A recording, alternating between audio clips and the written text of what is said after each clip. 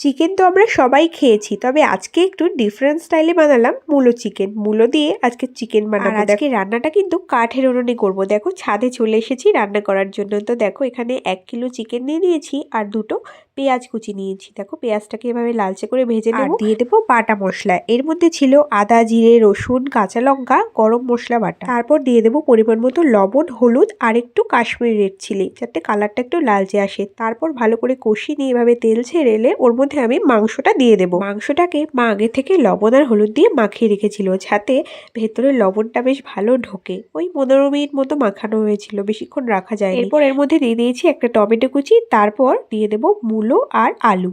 আলু আর মূলোটাকে কিন্তু আগে থেকে ভেজে রাখিনি, গোটা গোটাই দিয়ে দিয়েছি। দিয়ে ভালো করে এভাবে কষিয়ে নেব। কাঠের উনুনের টেস্টটা কিন্তু একটু বেশি ভালো আসে, তাই আজকে কাঠের উনুনে রান্না করা। সবসময় তো রান্না করা হয় না। দেখো আমাদের চিকেন কিন্তু একেবারে কষানো হয়ে গেছে, আর মাংসে কিন্তু আমি একটুও জল দিইনি।